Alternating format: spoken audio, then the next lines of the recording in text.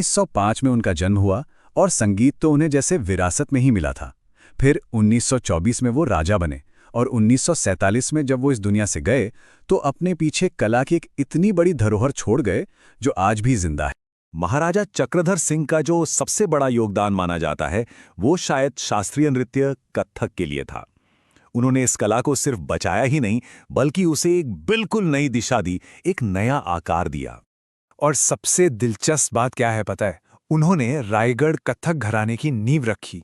मतलब उन्होंने अपने संरक्षण में कथक की एक पूरी की पूरी नई शैली को जन्म दिया जो आज रायगढ़ घराने के नाम से मशहूर है। ये अपने आप में एक बहुत बहुत बड़ी उपलब्धि थी। वो सिर्फ एक परफॉर्मर ही नहीं थे, वो एक स्कॉलर भी थे। उन्होंने कत्थक पर कई किताबें लिखीं। नर्तन सर्वस्व को तो कत्थक पर लिखा गया पहला शास्त्रीय ग्रंथ माना जाता है और मूरजवर्ण पुष्पाकर, अरे उसे तो कत्थक का एनसाइक्लोपीडिया कहा जाता है। उन्होंने आने वाली पीढ़ियों के लिए इस पूरी कला को एक तरह से कोडिफाई कर दिया। और ये ज्ञान सिर्फ किताबों में बंद होकर नहीं रह गया। उन्होंने पंडित कार्तिक राम जैसे महान डांसरों को तैयार किया। ये पक्का किया कि उनकी कला और उनका ज्ञान गुरु से शिष्य तक पहुंचे और ये परंपरा हमेशा जिंदा रहे। चलिए अब उनकी प्रतिभा के दूसरे पहलू पर चलते हैं। डांस के अलावा महाराजा चक्रधर सिंह संगीत की दुनिया के भी आप कह सकते हैं एक बेताज बादशाह थे।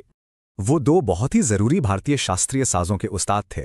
एक तरफ उन्हें देश के सबसे बेहतरीन तबला प्लेयर्स में से एक गिना जाता था, तो दूसरी तरफ वो उतने ही माहिर सितार वादक भी थे।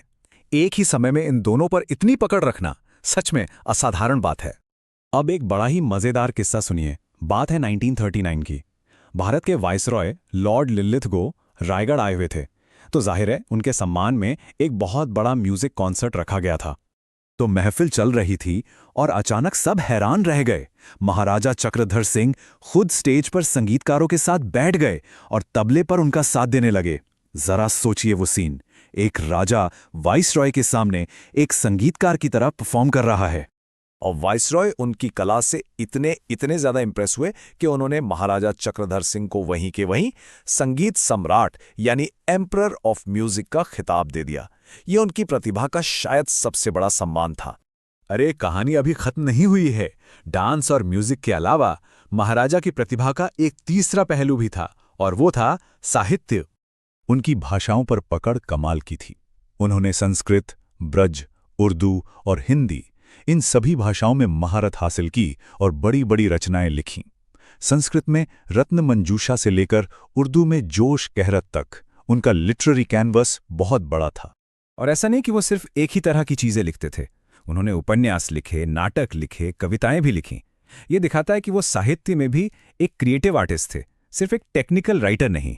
तो इन सब बातों का सार क्या है? महाराजा चक्रधर सिंह सिर्फ एक कलाकार नहीं थे, बल्कि वो कला के एक महान संरक्षक थे। एक ऐसा इंसान जिन्होंने एक पूरे आर्टिस्टिक इकोसिस्टम को पाला पोसा।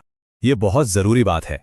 उस जमाने में ऐसा कहा जाता था कि देश का शायद ही कोई बड़ा कलाकार हो जिसका कनेक्शन कभी न कभी रायगढ़ दरबार से न रहा हो। उनका दरबार असल में देश भर की प्रतिभाओं के लिए एक हब, एक सेंटर बन गया था। और कमाल की बात यह है कि उनकी ये विरासत आज भी जिंदा है।